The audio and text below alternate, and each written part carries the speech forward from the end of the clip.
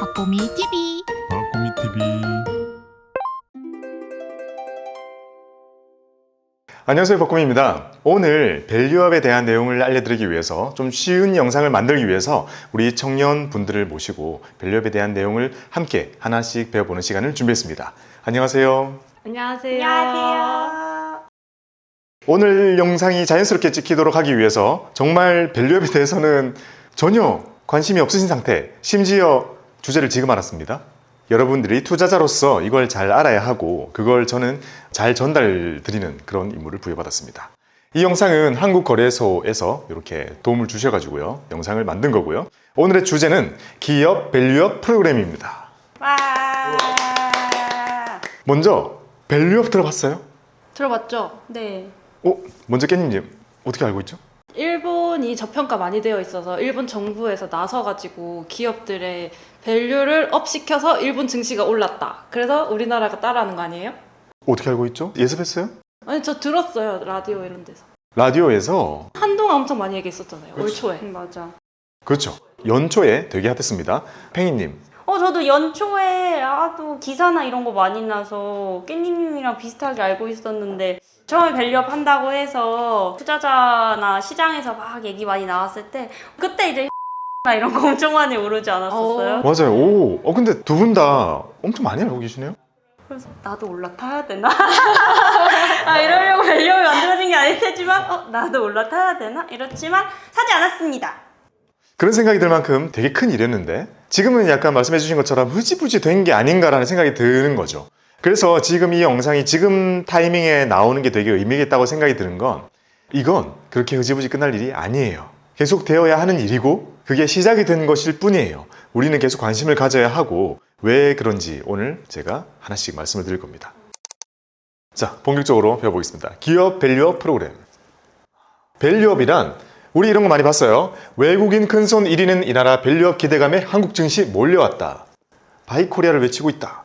밸류업에 대한 기대함, 외국인 지난달 국내 주식 7.4조, 매수, 정부 뉴욕서 간담회, 기업 밸류업 방안 청취, 밸류업 기대감에 몰린 외국인 순매수, 밸류업 기대감에 바이코리아 11년 만에 최대. 정말 많이 샀거든요. 제가 찾아보니까 올해 1분기에만 외국인들이 14조 원을 샀습니다. 많이 산 거죠? 그리고 올해 4월 달까지 16조 원을 샀습니다. 진짜 많이 샀죠? 근데 왜 외국인들만 이렇게 관심이 많아요? 이게 이유는 여러 가지가 있을 수 있는데 지금은 원달러 환율이 높죠.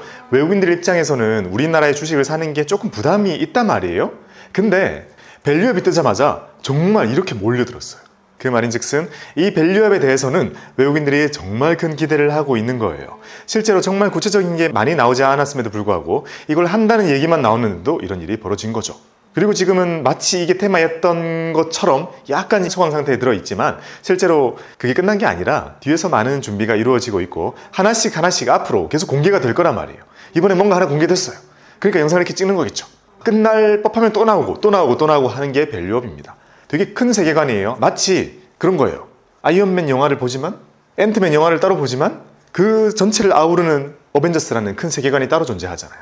그런 것처럼 우리는 순간순간을 살고 그때그때 다양한 뉴스를 접하지만 이 밸류업이라는 것은 그때 시작된 이후로 계속 앞으로 이어질 정말 큰 흐름이 될 거라는 겁니다. 근데 밸류업에 대한 구체적인 게 뭐길래 이렇게 외국인들이 열광을 했을까? 궁금하죠? 밸류업, 가치를 높인다? 나의 가치를 높이기 위해서 보통 S&P 같은 걸 막 하죠? 맞아요. 그거 왜 하는 거죠? 건강한 삶을 살기 위해. 그쵸. 나의 밸류를 높이는 것은 내가 S&P를 해가지고 나의 건강한 육체를 만드는 거예요. 그 건강한 육체라는 것은 어떤 식으로 나타내야 해요? 내가 이만큼 건강해졌어 라는 거를 우리는 주로 어떻게 평가하고 어떻게 체크하죠? 건강검진 갔는데 근육량 이런 거 늘었어요. 근육량, 또 체지방률 또 현재 몸의 상태 나이는 저 만약에 30인데 25입니다. 신체 나이. 여기서 중요한 게 뭐겠어요? 지수화? 그렇죠. 수치로 나타낸다는 게 되게 중요한 거예요. 우리는 무언가를 했을 때 그게 수치로 나타내 주어야 그 결과를 우리가 사실 정확하게 인지할 수 있는 거잖아요. 그래서 이 밸류업이라는 건 궁극적으로는 뭐겠어요? 우리 한국 시장, 우리나라의 증시의 체질 개선이에요. 정말 건강해지는 거예요. 내가 느낄 때, 내 건강해졌어. 체력이 좋아졌어. 눈이 맑아졌어. 이런 걸 느끼는 게 중요하겠지만 대외적으로는 어떤 게 필요하다는 거예요? 수치를. 보여줄 수 있는. 그렇죠. 수치를 높여야 되는 겁니다. 그래서 다양한 수치를 우리가 목표화 시켜가지고 거기에 대한 것도 배우게 되는 거죠.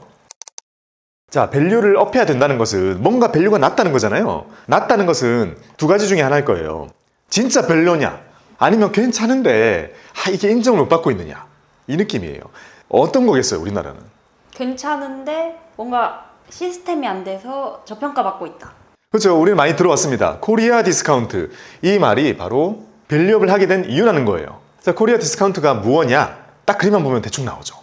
자, 지금 이게 우리나라의 주식시장을 대표할 수 있는 지수인 코스피 지수의 10년치의 차트를 가지고 온 거예요. 어떤 느낌이 들어요?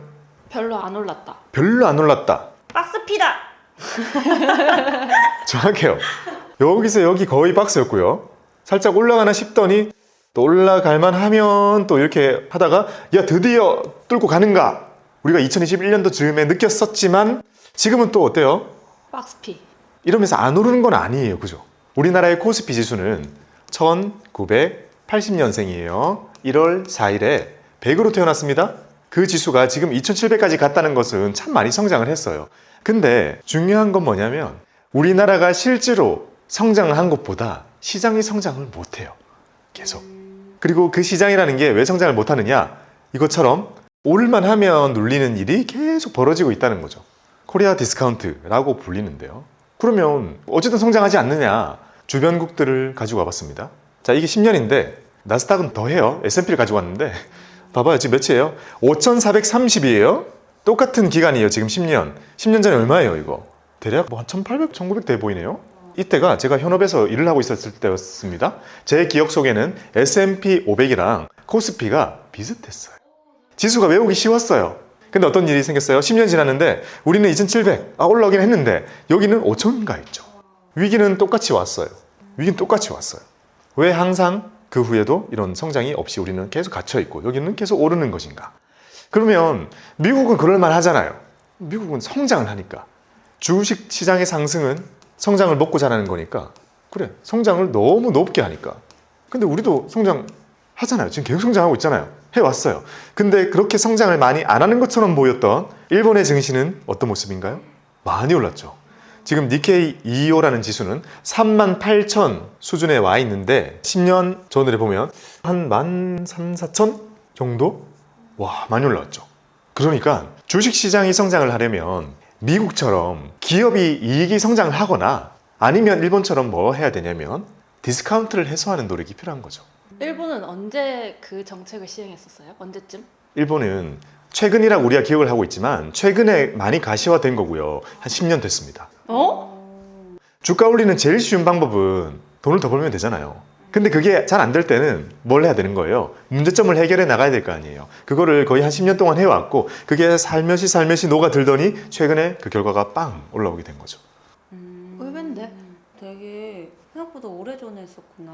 그럼 우리도 비교적 오랜 시간이 필요하다는 거네요? 그렇게 생각하면 약간 슬퍼지는데 근데 잘 생각해보면 디스카운트가 되게 심한 시장이 그렇게 많지가 않고 그리고 디스카운트가 된 거를 해소하는 방법을 오랫동안 찾아 헤맨 거잖아요. 근데 많이 나왔잖아요. 그러니까 예시가 많이 나왔기 때문에 우리는 어떻겠어요? 그만큼 안 걸린다는 거예요. 좋은 거는 많이 벤치마크해서 가지고 오면 되니까.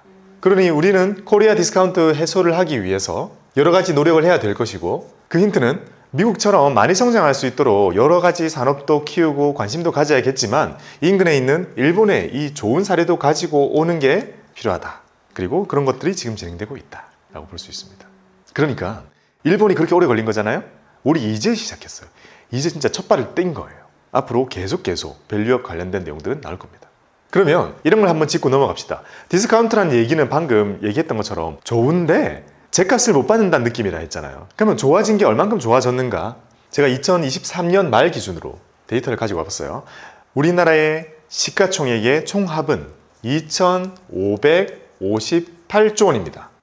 많이 성장했죠? 한 10년 전에는 한 1,800조 원 정도 됐으니까 그 사이에 여러 가지 기업들도 생겨나고 많이 커진 거예요. 그리고 이 정도의 시가총액 규모는 글로벌 주요 국가들 중에서 한 13등 정도 하는 사이즈입니다. 그러니까 우리 시장 되게 크구나. 그 다음 상장되어 있는 기업의 수는 몇 개일까요?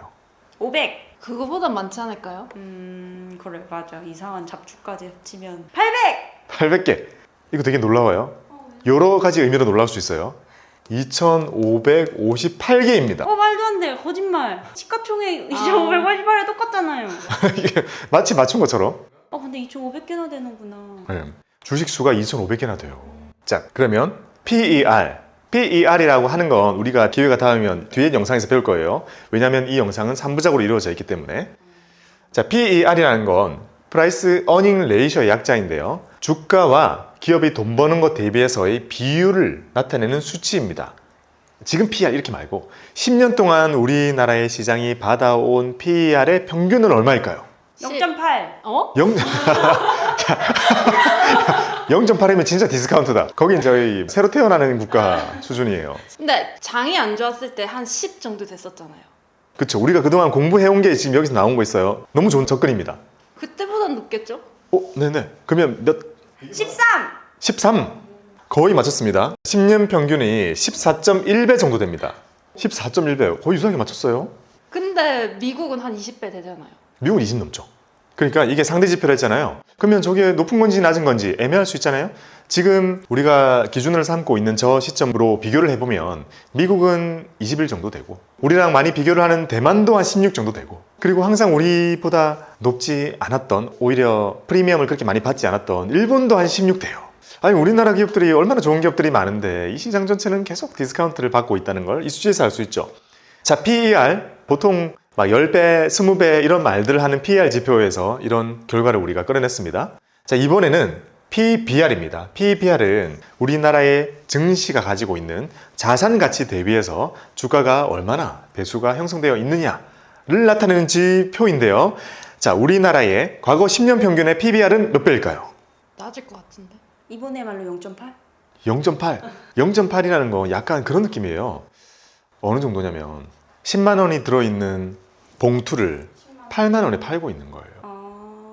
너무 심하다. 너무 심한 거예요. 그러면 1.1. 1.1. 1.5. 1.5. 우리의 10년의 평균은 1.04입니다. 그냥 딱 제값이 아니에요. 그러면 그냥 1대1인 거잖아요. 프리미엄이 별로 없는 거죠. 그리고 이게 평균이잖아요. 저거보다 낮을 때가 얼마나 많은지 알 수 있는 거죠. 그만큼 되게 낮다라고 볼 수 있고 미국은 얼마일까요? 4. 비슷합니다. 미국은 산 없는 경우도 되게 많아요. 10년 평균은 3.6 정도 돼요. 오. 진짜 높네요, 미국은. 우리가 너무 낮은 거예요? 둘 다일 것 같아요. 대만도 2가 넘어요. 그리고 일본은 최대한 많이 끌어올렸잖아요, 최근에. 그래서 1.4 정도 됩니다. 근데 PBR은 0.1 정도만 올라도 사실 이게 되게 큰 거잖아요. 그러니까 차이가 많이 나죠. 주요 국가들 중에서 우리랑 밸류 비교했을 때 우리보다 낮은 데가 진짜 그렇게 많지가 않습니다. 그 정도입니다, 지금은. 그게 수치로 나타난 코리아 디스카운트들이라 볼 수 있고 그러면 우리가 앞으로 뭘 해야겠어요? 밸류업을 많이 해가지고 우리가 많이 지금 체질 개선이 되고 많이 성장을 하게 되면 시가총액도 커질 거고 주식수도 더 많아질 거고 PER도 더 높아질 거고 PBR도 더 높아질 거다라고 우리가 예상해 볼 수 있죠. 그러기 위해서는 이런 지표를 우리가 읽을 줄 알아야 되기 때문에 이것도 기회가 되면 배워보도록 하겠습니다. 자, 그러면 이런 코리아 디스카운트 원인이 뭐 같아요? 재벌 기업. 재벌 기업? 그렇죠. 기업의 지배 구조에 뭔가 취약점이 있다라고 얘기할 수 있는 거고요. 또 성장성. 어떤 걸 뜻하죠? 성장성? 그냥 시장 자체가 대한민국보다 미국이나 이쪽이 좀 더 크고 성장성이 크니까 자연스럽게 우리나라 올 돈이 거기로 빠지는 것 같아요. 이 저성장 부분인 거죠.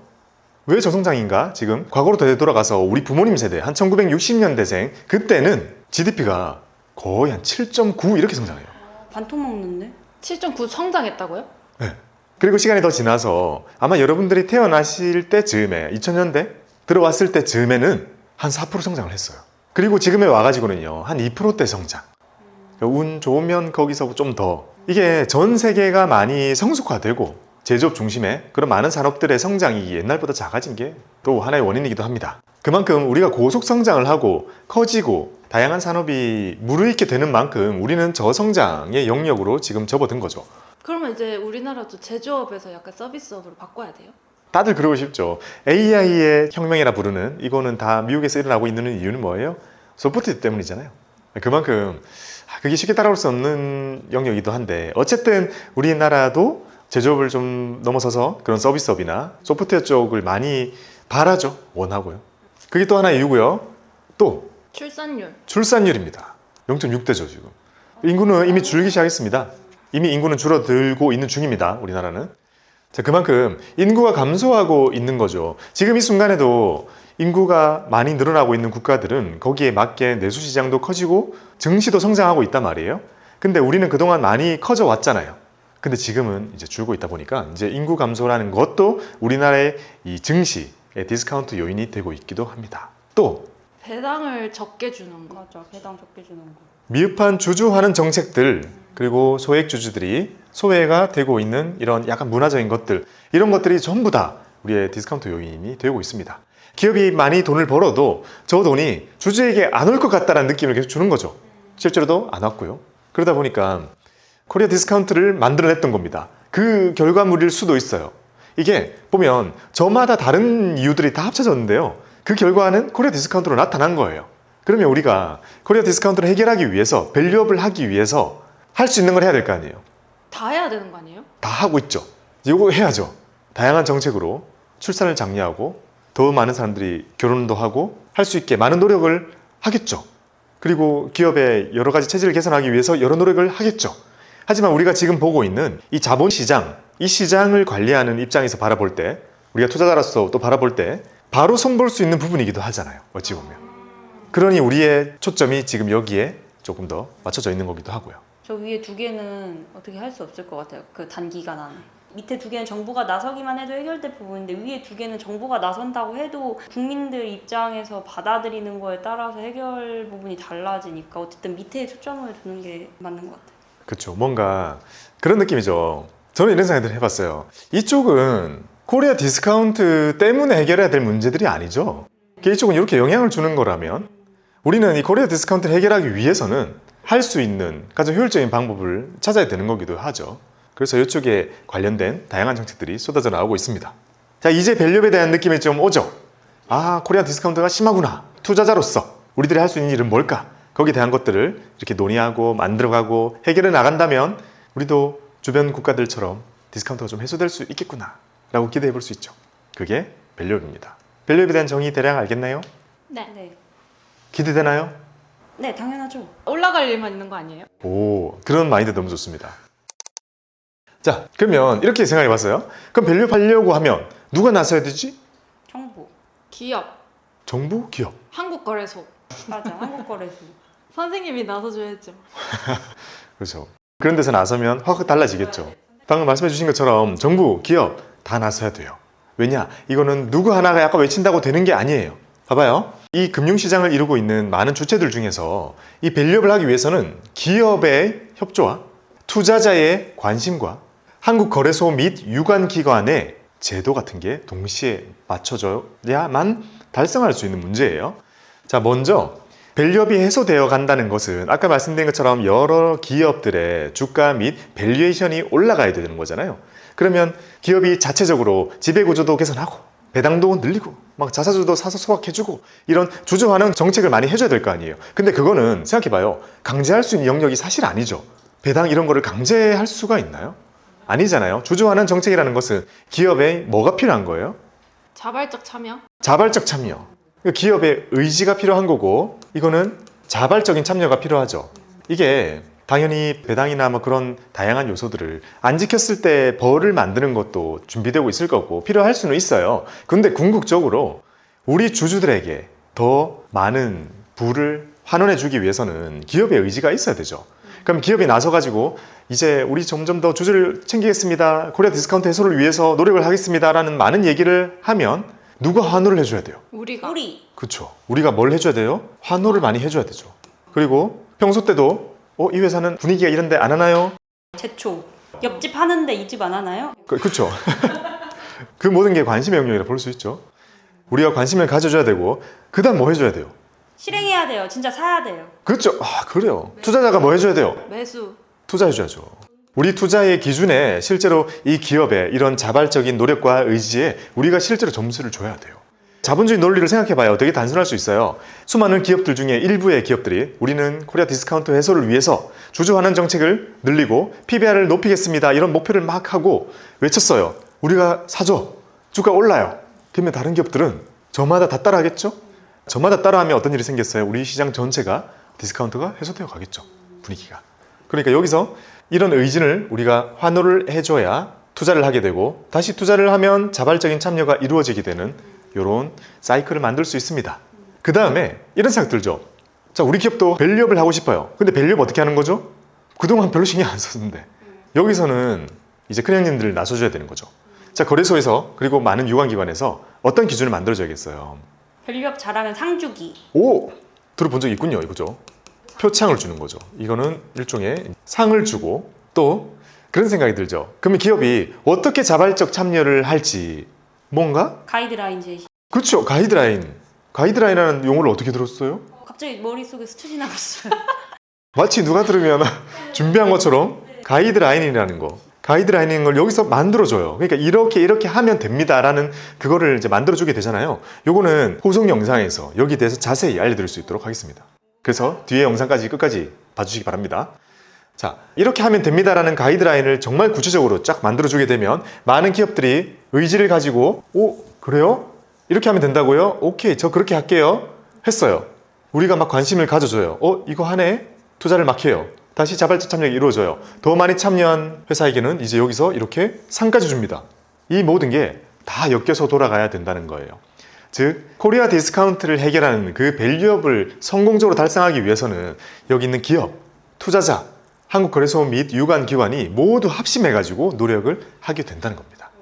그러면 우리나라에 투자를 하고 싶은 사람이라면 우리나라 장이 안 오른 것에 욕을 할 게 아니라 노력을 같이 해야 된다는 거네요? 그렇죠.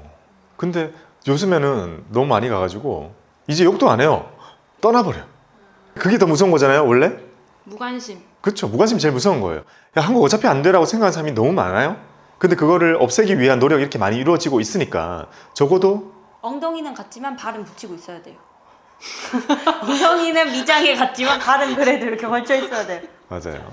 우리는 한국 투자자고 한국에서 태어났잖아요. 우리가 나고 자란 이 우리나라의 증시 잘 되도록 관심을 가져야죠. 우리가 할 수 있는 여러 역할들 중에서 이 관심이라는 게 제일 중요합니다. 그래서 지금 이 영상이 있는 것이고 특히 이 영상이 이렇게 쉽게 설명하기 위해서 우리가 노력하고 있는 이유는 조금 더 많은 사람들이 관심을 가지게 하기 위한 거죠. 그러면 실질적으로 밸류업해서 투자자가 얻을 수 있는 거는 주가 상승이에요? 그렇죠.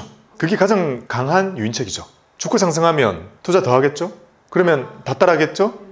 그러면 제일 잘하는데 상 주면 되겠죠? 여러 가지 일들이 동시다발적으로 일어나게 됩니다. 자, 더 놀라운 건 일본에서 보여줬던 여러 가지 선례, 좀 좋은 예들이 있었잖아요. 그 중에 가지고 올 만한 좋은 벤치마크 중에 하나는 기업단에서요, 이 밸류업을 하기 위해서는 밸류업 목표를 정하고요. 그리고 열심히 수행할 거 아니에요. 그거를 잘한 기업들에게 상도 주지만 그런 기업들만 모아놓은 지수를 만들거든요. 들어봤어요. 그래서 돈이 더 많이 들어왔다고. 그렇죠. 지수가 만들어지면 이거는 밸류업 지수라고 부를 수 있겠죠. 그 지수가 만들어지면 어떤 일이 생기겠어요? 전 세계에서 투자해요. 오, 그렇죠. 그 이유가 뭐예요? 전 세계에서 왜 갑자기 지수가 생기면 투자를 하죠? 안 그래도 좀 잘하고 있었는데 살짝 아쉬웠는데 잘하려고 노력하네? 그러면은 더 잘 되지 않을까 하고 근데 그 중에 지수를 뽑아놓은 애들은 더 잘하겠다 싶어서 거기 전 세계에 돈이 몰려요. 그렇죠. 1차적인 이유가 그거고 또 무슨 이유가 있어요? 지수가 생기면 왜 투자가 쉬워지나요? ETF를 만들 수 있어서? 그렇죠. 그러네. 지수가 생긴다는 말은 그걸 추종하는 ETF가 쉽게 나올 수 있다는 것이고 ETF가 나온다는 것은 우리나라의 이 밸류업 기대감과 이 밸류업을 정말 열심히 잘 하고 있는 기업들을 사기가 수월해진다는 거죠.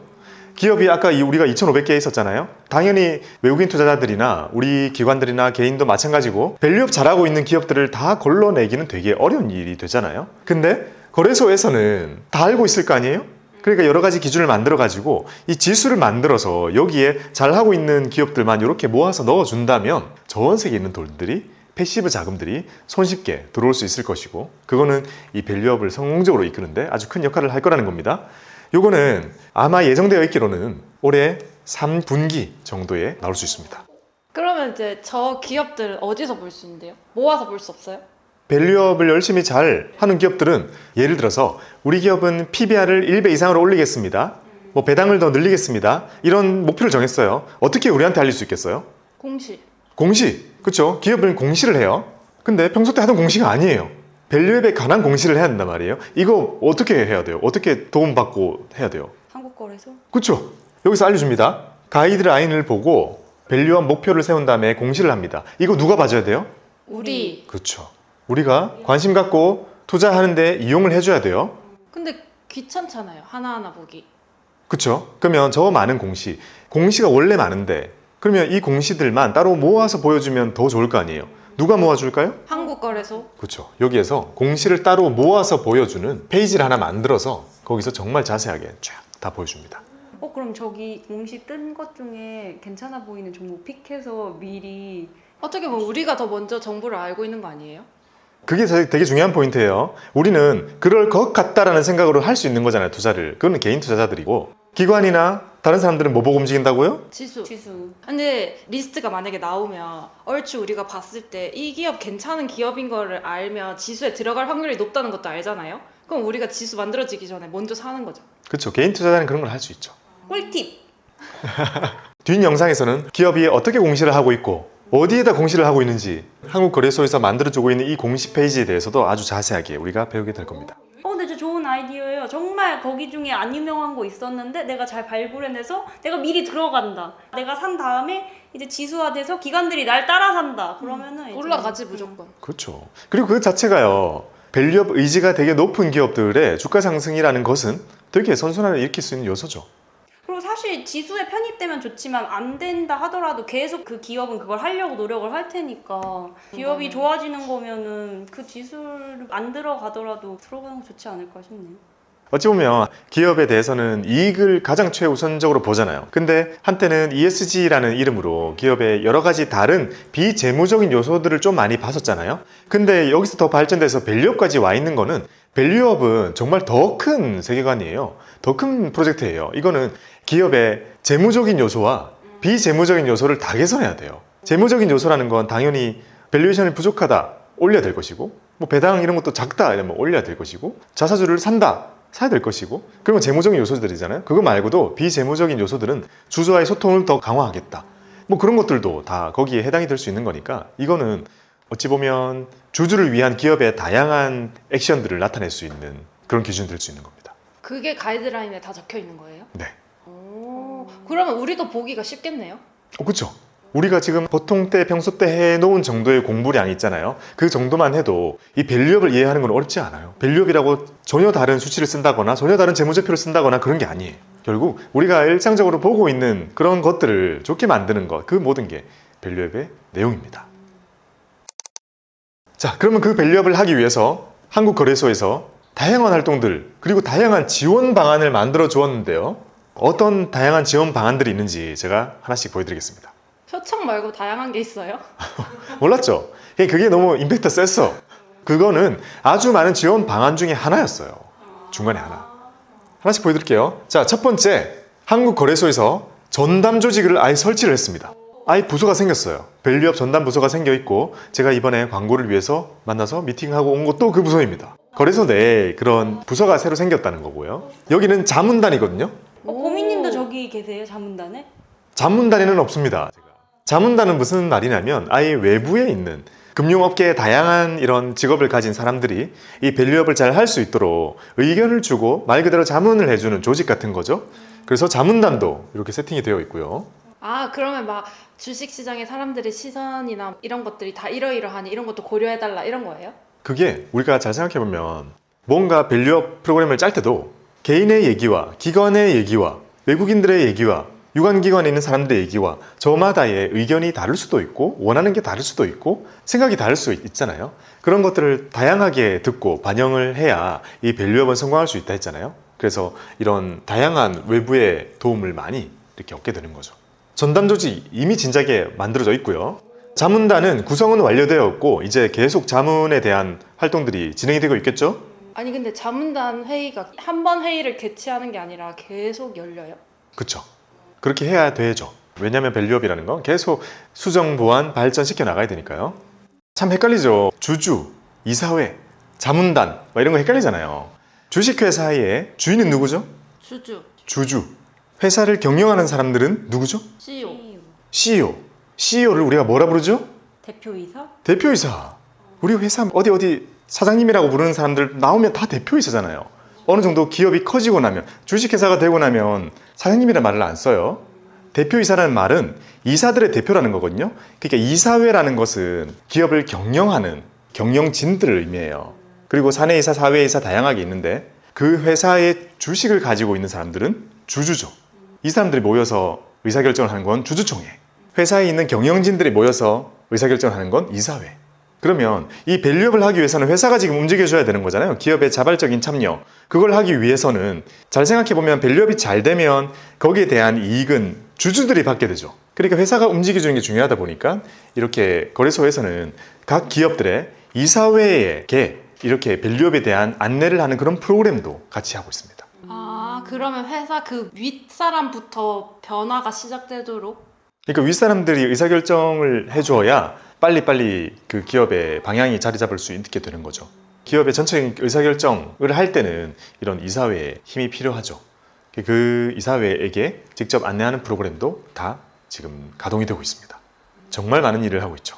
아마 정말 바쁘실 것 같아요. 이런 일들 하나하나가 얼마나 힘든 일이겠어요.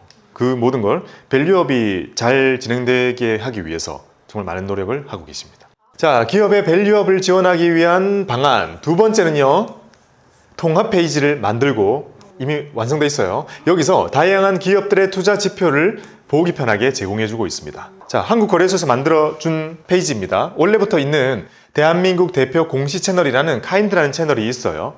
여기에 들어가면 메뉴들 중에서 기업 밸류업 페이지 메뉴가 따로 있습니다. 여기에 들어가면 또 하위 메뉴가 여러 개가 나오는데 여기에 대한 자세한 거는 저희가 다음 영상에서 배울 거고, 오늘은 어쨌든 이런 페이지 속에 이렇게 크게 자리 잡아가지고요, 수많은 기업들의 PBR 밸류, PER 밸류, ROE, 배당 성향, 배당 수익률 이런 지표들을요 한 번에 그냥 볼 수 있게 공시를 해주고 있습니다. 완전 좋은데요? 제가 이거를 들어가가지고 PBR 기준으로 낮은 거 순으로 솔팅을 한번 탁 눌러봤어요. 0.1? 0.1도 있더라고요. 0.1, 0.13, 0.13, 0.14 이런 게 앞에 많이 나와요. 의지만 있으면 그냥 좋은 일만 남아있네요. 앞으로. 그렇죠. 이게 잘 생각해 봐야 돼요. 너무 낮잖아요. 그 이유가 코리아 디스카운트일 수도 있고 아닐 수도 있지만 코리아 디스카운트라면 우리가 해결해 나갈 수 있을 거고요. 그러면은 저기 재작년, 작년 이렇게 PBR 수치가 나와 있잖아요. 그러면 점점 좋아지는 것도 볼 수 있는 거예요? 아, 그렇죠. 그렇죠. 엄청 중요한 포인트입니다. 우리가 특정 시점에 밸류를 보는 건 어렵지 않잖아요. 여러 곳에서. 근데 추이를 볼 수 있다는 건 엄청 의미가 있죠. 여기 보면 2022년, 2023년 최근 5개년도 평균 이렇게까지 흐름을 보여주잖아요. 추이를 보여준다는 것은 그 기업이 밸류업에 대한 노력을 하고 있는지도 우리가 일단은 아주 한눈에 파악을 할 수 있다는 거죠. 좋은데? 저 홈페이지? 우리가 판단하기 되게 좋은 곳일 것 같아요. 그래서 이런 페이지를 만들어주고 있고요. 그 다음은 그 메뉴들 중에서 공시 페이지가 따로 있습니다. 공시 현황이라 돼 있잖아요. 여기는 말 그대로 기업의 밸류업에 관한 공시들만 모아놨습니다. 이미 올라오고 있어요. 왜냐? 가이드라인이 이제 막 따끈따끈하게 나왔어요. 이제 나왔으니까 이걸 나오기를 기다렸던 기업들은 벌써 공시를 올리고 있습니다. 점점 늘어나겠죠? 그러면 지금 계획을 올렸잖아요? 그러면 실행한 거 결과는 언제 나와요? 계속 중간중간에 그 추이가 나오겠죠. 이게 단순히 그냥 시작하고 얼마 뒤에 땡 이런 개념이 아니라 우리가 이런 노력을 계속 할 것이라는 것을 목표를 만들어서 일단 공시를 하고 그걸 지켜가는 과정도 계속 중간중간에 나오게 되겠죠. 기간을 정해놓고 우리가 딱 하는 그런 일은 아니니까요. 그러면 진짜 했는지 안 했는지를 우리가 판단하는 거네요? 그렇죠. 이게 그거를 못 지킨다 해서 벌을 할 건 할 수는 없는 거잖아요. 결국에 우리가 할 일은 관심인 거죠. 그 관심이라는 것은 그 저번에 그 얘기했던 그런 목표를 지키기 위해서 잘 하고 있는지 그걸 살피는 겁니다. 한눈에 되게 보기 좋게 잘 해놨다. 그러니까. 괜찮은데? 자, 기억해 주세요. 무슨 채널이라고요? 카인드. 카인드. 가인드. 기업의 밸류업 지원 방안 세 번째는요. 드디어 짠 가이드라인이 공개되었습니다. 자, 이렇게 생긴 책자가 나와 있는데요. 놀라지 마세요. 짠! 우와. 너무 놀랍죠? 이렇게 생긴 책자 나와 있고요. 다 볼 수 있어요? 누구나? 네, 이렇게 책을 구하지 않더라도 이 파일이요, 아까 그 가인드 홈페이지에서 바로 다운을 받으실 수 있습니다. 우리가 뭔가 공부를 열심히 하겠다고 진짜 학생이 마음을 먹었을 때도 그걸 잘 이끌어줄 수 있는 좋은 선생님이 필요하잖아요. 그 역할을 지금 거래소에서 해주고 있는 겁니다. 왜냐하면 지금은 초기잖아요. 이게 잘 지금 만들어지고 자리 잡기 위해서 많은 노력을 하고 있는 거죠. 괜찮은데요? 아니 연초에 잠깐 그렇게 주가 오를 때만 살짝 관심 있고 그거는 몰랐는데 맞아, 뒤에서 맞아. 생각보다 많은 게 진행되고 그러니까. 있었구나. 그게 대략적으로 2월 말 정도였잖아요. 3월로 기억하더라도 지금 서너 달 정도 지났잖아요. 그 기간 동안 우리가 기억하는 건 그냥 반짝 테마였나라고 오해를 할 수 있는데 실제로 뒤에서는 정말 많은 일들이 계속 일어나고 있고 그 외에도 계획되어 있는 일들이 되게 많아요. 그 중에 아주 일부입니다. 그래서 이거는 여기 보이나요? 2024년 5월에 얼마 전에 드디어 나왔습니다. 나와가지고 여기에 대한 것들도 가이드라인을 보고 공시가 될 거고 홈페이지에 올라가게 될 겁니다. 자, 그 다음에 기업 밸류업 지원 방안 네 번째는요, 밸류업 설명회를 해주고 있다는 겁니다. 이게 우리가 지금 투자자로서도 밸류업에 대해서 우와 몰랐던 게 진짜 많네 라고 느끼는 만큼 기업 입장에서도 아 밸류업이 이런 거였어, 아 이런 노력을 하면 아 이렇게 사람들이 반응할 수 있는 거구나, 많은 사실을 모르고 있을 수 있잖아요. 그거를 알려주고 돕기 위해서 또 거래소에서 진짜 바쁘실 것 같아요. 벌써 5월 말부터 12번, 한 달 동안 12번? 근데 저게 기업들이 참석하는 게 의무예요? 의무는 아니겠지만 터져나간다고 해요, 이 강의장이. 사람 너무 많았어. 그럼 저희 소액주주들도 갈 수 있어요? 우리는 왜 오랄 때 안 가고 이런데 굳이 우리 자리 아니에요. 여기는 말 그대로 거래소에 상장되어 있는 기업들이 밸류업을 하고 싶을 때 이제 어떻게 해야 되는지 이런 내용들을 이제 들을 수 있겠죠. 가면 우리가 직접 공시를 하지는 않으니까, 우리가 해주는 건 뭐예요? 공시를 보는 일이니까 우리는 가서 거기 듣는 것보다는 이제 카인드에 들어가지고 우와 이 기업이 이런 목표를 세웠네, 밸류업에 대해서 노력을 많이 하고 있네, 여러분 이런 거 알리고 논의하고, 그렇게 우리의 할 일이죠. 근데 의무도 아닌데 터져나가는 거면은 생각보다 관심이 많네요, 기업들이. 그렇죠. 근데 그럴 것 같아. 아까 0.1 이런 거 있었잖아요. 나 진짜 잘할 자신 있고 준비되어 있는데 뭔가 이렇게 정책적인 거나 이런 거 잘 안 돼서 답답했는데 나좀 이번에 도와줘. 기회다. 나 이번에 지수 편입돼서 돈방석 앉아볼래? 이렇게 하면은 저기 가는 거잖아요. 맞아요. 끝이 약간 이상했지만 네. 그렇죠. 같은 맥락이죠. 본인의 회사가 저평가되어 있는 것에 대해서 답답함을 느끼는 회사가 얼마나 많겠어요. 그리고 그걸 해소하고 싶고 그걸 해소하기 위해서 이렇게 지금 모든 주체들이 도와주고 있는데 관심이 갈 수밖에 없죠. 이게 밸류를 올리는 거는 되게 단순해요. 사업이 잘 되면 밸류는 올라가잖아요. 근데 그걸 쉽게 할 수 있는 일이 아니잖아요. 우리가 오히려 우리나라에서는 더 하기 좋은 거는 이 오해와 이 디스카운트 되어 있는 거를 살리는 게 지금은 훨씬 효율적일 수 있는 거죠. 근데 PBR, 예를 들어서 제일 큰 기준 중에 하나인 PBR 높이는 거는 쉬워요? 할 수 있어요?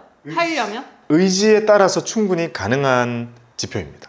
오히려 수익성은 회사가 임의로 좀 하기는 어렵잖아요. 다른 사람들이 또는 시장, 수요 그런 게 이제 변수로 작용하는 반면에 뒤에 가서 자세히 배우겠지만 PBR이라는 건 P라는 주가를 BPS라고 부르는 주당 순 자산으로 나누는 거잖아요. 이게 PBR의 분수 공식이에요. 그러면 이 PBR이 올라가려면 분자가 오르거나 분모가 작아지거나 하면 되죠. 분자가 오르는 건 주가를 올려야 되죠.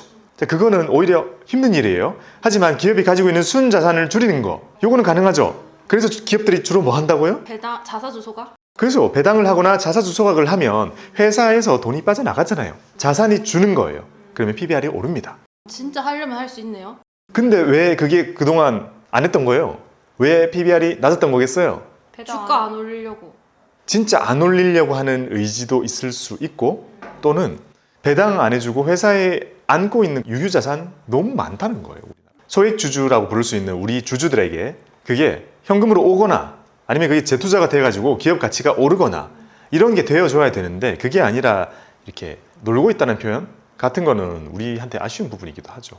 그래서 그런 부분을 해소시키기 위해서는 아까처럼 그런 PBR을 높이고자 하는 목표가 있다면 그런 것들이 이제 슬슬 손볼 수 있겠죠. 그래서 방금 질문 주신 것의 결론은 이겁니다. 기업에 자발적인 의지가 있다면 PBR의 수치는 개선이 충분히 가능하다. 가능성이 있는 정책이었네요. 저 약간 진짜 현실성이 있나? 라는 생각을 하긴 했어요. 근데 가능하겠다. 처음에 괜찮지 않나라고 생각하다가도 만 주가 막 오르고 하니까 아 이것도 그냥 테마구나라고 생각했어요. 물론 이렇게까지 길게까지 뒤에서 노력하는지 몰랐지만 그거 보고 그냥 또 정권 바뀌면 또 테마성으로 끝나겠다라고만 그냥 생각했어요. 아, 테마로 느껴졌어요. 맞아요. 그게 아마 지금 이 순간의 밸류업에 대해서 가지고 있는 가장 큰 오해일 것 같습니다. 그렇죠. 뒤에서 이렇게 하고 있는지 저는 몰랐어요. 그렇죠. 계속 나옵니다. 기업의 밸류업 지원 방안. 다섯 번째는요.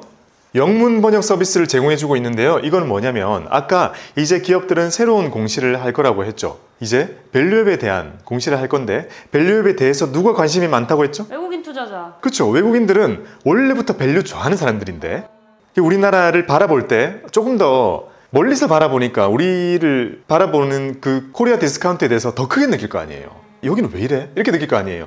그것만 해소되면 여기 얼마나 좋은 기업들 많아요.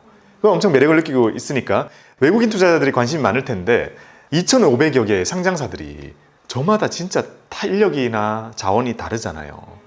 외국인들이 볼 수 있도록 영문 공시를 올린다거나 이런 게 되게 어렵단 말이에요, 실제로는. 그래서 한국거래소에서는 중소기업 또는 좀 영세한 기업이 밸류업 관련한 공시를 올렸을 때 그거를 영문 번역해주는 서비스를 제공한다고 합니다. 이미 큰 기업들은 영문 공시를 하거든요.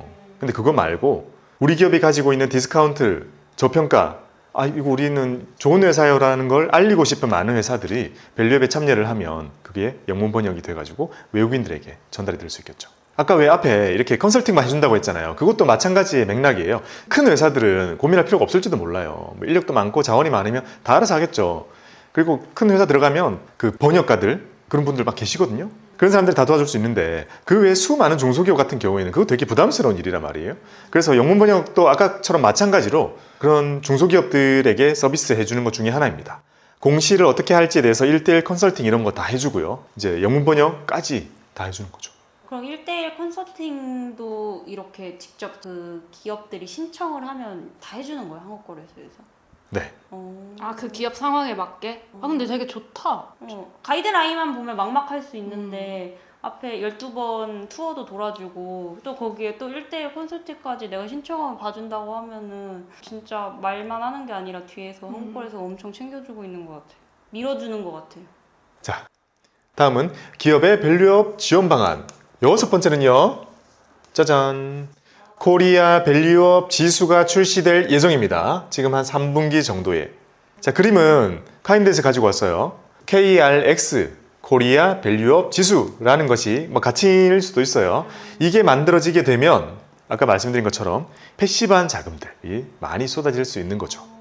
근데 이 지수로 이제 증권사들이 ETF를 내잖아요. 그러면 그 ETF에 사람들이 막 투자를 하고 그 자금들이 이제 가격을 올리는 거예요. 그 자금들이 가격을 올리는 거는 이제 약간 선순환적인 느낌이죠. 원래 잘하는 사람한테 뭔가 더 지원이 많아지고 그러면 더 잘해지고 이런 게 돌고 도는 거잖아요. 그런 것처럼 지수에 편입이 되게 되면 돈이 더 들어오고 주가가 더 오를 거고 그럼 밸류업하면 주가 더 좋구나 또 누군가 할 거고 계속 돌아가는 거죠. 3분기면 진짜 얼마 안 남았네요. 네, 이제 코앞입니다. 이게 아마 그 다음에 밸류업에 대한 좀 큰 이벤트 같은 느낌이 있어요. 아마 시장에 어느 정도 영향과 신호 같은 게 주어지겠죠. 그리고 이 이름을 달고 있는 수많은 ETF들이 출시가 막 될 거고요. 안 사고 싶어요? 미리 사고 싶은데요? 딴 데 관심이 있어요, 다들. 근데 이게 3분기에 이렇게 큰 지수가 나올 거라는 게 예정이 되어 있었던 거잖아요. 근데 진짜 전혀 몰랐어요. 그냥 그때 이후로 테마로 올라간 거였고 끝났다라고만 생각하고 정권 바뀌면서 이거 흐지부지 되지 않겠나 완전 잊고 있었는데 뒤에서 이렇게 계속 밀어주고 계셨네요. 그렇죠. 우리가 이런 영상을 지금 찍으면서 공부를 하지 않았다면 뒤늦게 지수가 뿅 나오고 뭐야 이거? 끝난 게 아니었구나 하면서 우리는 또 반응했을 수도 있습니다. 이미 지수 날아가고 있는데 어떡해 라고 끝났을 수도 있어요. 지금 알면 이제 쳐다보고 있으면 되겠죠. 언제 나오지? 이렇게. 근데 이 지수는 진짜 올라갈 가능성이 높은 지수 같아요. 그렇죠. 이거는 아마 정말 많은 좀 큰 투자자들 그런 사람들한테 매력 있는 이제 하나의 섹터로 자리 잡을 수도 있죠. 어떻게 보면 살짝 안전하다? 그렇죠. 투자 매력도 자체도 있을 겁니다. 디스카운트가 심하다는 것은 밑으로는 많이 막혀 있고 위로는 가능성이 많이 열려 있다라고 우리가 생각해 볼 수 있는 거잖아요. 그런 것들만 또 모아놨으면 아마 인기도 되게 많을 겁니다. 기업의 밸류업 지원 방안 7번째는요. 밸류업 우수 기업을 선정해가지고 표창을 준다는 겁니다. 요거는 예정되어 있는 건데요. 이게 대략적으로 표창을 시기는요. 매년 5월입니다. 전년도 한 해 동안에 기업들의 밸류업에 대한 많은 것들을 평가하고 해가지고요. 그 다음 이듬해 5월에 마치 영화제 같은 거 하듯이 수많은 기업들을 대상으로 표창을 이렇게 주게 됩니다. 어떤 느낌일지는 사실 잘 모르겠어요. 그죠? 우리도. 근데 임팩트는 있겠죠. 왜냐? 1년 동안 그 많은 기업들 중에서 이렇게 밸류업에 대해서 열심히 해가지고 상을 받을 정도다라고 한다면 임팩트가 당연히 있겠죠. 여러 가지 기준에 의해서 정말 기업의 밸류업 여기에 대한 것만 이렇게 표창 그리고 수상 이거는 아마 시장에 상당히 많은 파급이 있을 것 같습니다. 괜찮은데요? 매년 아이돌이나 배우들 상 받는 것처럼 그런 거 해줬으면 좋겠다. 시상식. 땡땡상, 땡땡 기업 이러면 감사합니다. 제가 여기까지 올라오기 수상소가 위해 정말 많은 노력을 했는데 시장이 드디어 알아봐 주는군요. 재밌겠네요. 그러면 진짜. 그런 거 잠깐 짧게 한 3, 40분으로 찍어도 가서 댓글 달 거예요. 와, 저도 주식 샀어요. 그렇죠. 우리가 할 일이죠. 잘 생각해보면 우리가 영화제 같은 거 할 때도요. 여러 가지 기준을 갖다 대잖아요. 그 단순히 흥행 그것만 가지고 상을 주지는 않습니다. 영화제도 예술성 뭐 여러 가지 기준들을 평가해가지고 상을 주잖아요. 그 상을 주는 게 어떻게 생각해보면 상을 줌으로 인해서 알려지는 게 훨씬 크죠. 상을 받으면 정말 많은 사람들이 상을 받았어? 저기서 저 상을 받았어? 하면서 다시 봐주게 되고 그러면 또 다른 기업들은 단순히 흥행이 아니라 그 상을 받기 위한 노력도 같이 하는 일이 벌어지게 되는 거잖아요. 그러니까 여기에서 이렇게 상을 받는 기업들이 우리가 대해주는 게 정말 말씀해 주신 것처럼 진짜 영예롭게 계속 우리가 관심을 가지고 만들어 준다면 많은 기업들이 기업 활동을 하는 데 있어서 우리의 관심을 끌기 위해서 특히 밸류업 노력을 많이 하기 위해서 노력을 많이 하겠죠. 상이 생각보다 의미가 있는 것 같아요. 그렇죠. 그냥 표창 이렇게 주고 막 이게 아니라니까요. 왜냐면 약간 기생충 같은 것도 상 받고 나서 훨씬 유명해졌잖아요. 근데 이것도 마찬가지로 상을 받고 나서 이 기업 어떤지 사람들이 막 뜯어볼 거 아니에요. 근데 진짜 좋네 하면서 더 올라갈 수도 있는. 그렇죠. 그럴 가능성이 충분히 있습니다. 저 영화제 해줬으면 좋겠다. 차사주 소각상. 말도 안 돼. 제가 이 상을 받을 줄 몰랐어요. 옆에 다른 분들도 계시는데 이러면서. 진짜 뿌듯할 것 같아요. 자사주 소각상. 와, 상 이름이 너무 직관적이에요. 레드카펫도 깔아주면 좋겠다. 기대해보자고요. 자, 결론을 내보겠습니다. 지금까지 우리가 살펴본 이 밸류업이라는 것은 상장 기업이 해줄 노력은요, 자발적 기업 가치 제고에 대한 노력을 정말 많이 해주게 될 것이고, 어떻게 하면 좋고 어떤 기준으로 하면 되는지 등은 이렇게 거래소 및 유관기관에서 체계적인 상장기업 밸류업 확산을 위해서 지원을 해주고요. 거기에 대해서 우리는 그거를 평가하고 심지어 그걸 투자를 함으로 인해서 거기에 대한 결과물을 우리가 안겨다 주게 된다면 이게 다 돌고 돌아 우리가 궁극적으로 만들 수 있는 건 주주가치 존중하는 기업 문화로의 자발적인 변화를 통해서 한국 증시의 도약, 코리아 디스카운트의 해소, 한국 증시의 진정한 밸류업을 우리가 만들 수 있는 거죠. 근데 그냥 대한민국을 하나의 기업으로 본다면 다 같이 저 목표를 하나 두고 서로 한국장에 관심을 가져두는 게 진짜 좋은 것 같아요. 진짜 올랐으면 좋겠어요. 언제까지 미장할 거예요, 여러분? 매번 미장이 좋다, 뭐가 좋다 막 다 그러면서 요즘 엔비디아 엄청 뜨니까 다 미국에만 투자하는데 사실 그냥 개인적인 생각으로 미국 투자 진짜 생각할 게 많은 것 같거든요. 뭐 우리도 도입되기 전이지만 막 250만 원이면 뭐 세금 내야 되고 또 환율 계산해서 막 해야 되고 이런 거 생각하면 좀 저는 사실 귀찮아요. 미국 장 사는 게. 근데 이런 거 보면서 한국 시장도 사실 잘 되면 굳이 미장까지 가서 살 거 없이 이 자금이 다 우리나라로 들어오면 훨씬 더 좋을 거라고 생각하는데 다 막 한국 시장 안 좋다 박스 피다만 하지 말고 우리를 제대로 보지 않는 시선이 진짜 많이 바뀌어야 된다고 생각해요. 그리고 한번 해봤으면 좋겠어요. 해보고 나서 진짜 되는지 안 되는지 보는 거지. 그렇죠. 저도 이런 걸 이렇게 말씀드려 보면서 어찌 보면 저야말로 코리아 디스카운트에서 되게 많이 느꼈죠. 저는 박스피 장대 현업에 있었으니까. 저는 코스피는 죽었다 깨어나도 3천을 안 가는 지수인가라고 생각을 했었어요. 근데 그게 아니라는 것을 깨닫고 그리고 지금도요. 우리나라 가지고 있는 그런 기초 체력들을 대략적으로 계산해 봐도 3천이 안 되는 우리의 지수는 너무 낮아요. 우리의 다음 세대 후대로 가게 되면 코스피 지수라는 건 아까 S&P 500처럼 4,000대, 5,000대 이런 수치가 나와 있어야 되는 거고 그거를 그들이 당연하게 느끼게 하기 위해서는 지금 우리가 이 노력을 열심히 해야 된다는 거죠. 그리고는 그 후대 다음 세대에는 그런 얘기를 막 하는 거죠. 우리 때는 국장 탈출은 지능숭이라는 말도 있었단다라는 것에 그들이 놀라도록 우리의 노력이 좀 많이 필요한 거죠. 결국에 투자자라는 것은 수익을 향해서 가는 거잖아요. 미국이 올랐기 때문에 가는 거고 거기에 대해서는 할 말이 없죠. 하지만 궁극적으로 우리가 개선할 수 있는 노력은 해야 되는 거죠. 하고 할 거 다 해보고 진짜 안 되면 어쩔 수 없는 거지만 노력은 해봐야 되는 거고 그 노력이 일환이니까 말씀 주신 것처럼 진짜 해보는 거 이 결과가 너무 궁금하고 관심을 가져야 될 요소인 거죠. 많은 사람들이 밸류업 이러면 그거 기업이 해야 되는 거 아니야? 또는 야, 그거 저기 잘 만드는 게 중요하지 우리가 할 게 있어 라고 생각하실 수 있지만 오늘 그걸 보시면 아시다시피 우리가 관심을 많이 가지고 우리의 역할이 상당히 크다라는 말씀을 드려보겠습니다. 그래, 그 똑똑한 외국인들이 한다고 하자마자 거의 뭐 16조씩 아까 투자 바로 했다고 했잖아요. 그 사람들 왜 그랬겠어요? 가능성이 있으니까 이렇게 오픈되자마자 오르르 오픈런 한 거 아니겠어요? 그렇죠. 정말 갖고 싶어 하던 물건 박앤세일 한다는 느낌처럼 느꼈을 거라고 저는 생각을 합니다. 자, 이렇게 오늘 밸류업에 대한 첫 시간을 배웠습니다. 바로 다음 편에는 우리가 카인드 홈페이지에 들어가가지고요. 각종 공시 관련된 것들과 밸류업에 대한 홈페이지 공시들을 많이 살펴보게 되고 그 다음 시간에는요. 아까 나와 있던 가이드라인을 살펴보면서 기업들이 어떤 지표를 사용하고 목표로 삼고 있는지에 대한 내용들도 함께 배워보도록 하겠습니다. 시작이지만 나머지 영상들도 재밌을 거니까 많이 봐주시길 바라고요. 어쨌든 우리가 한 발을 내디딘 이 밸류업에 대해서 정말 많은 관심 가져주시기 바랍니다. 밸류업을 시작으로 만들어지는 여러분들의 성공 투자를 기원합니다. 감사합니다. 박보미 TV 박보미 TV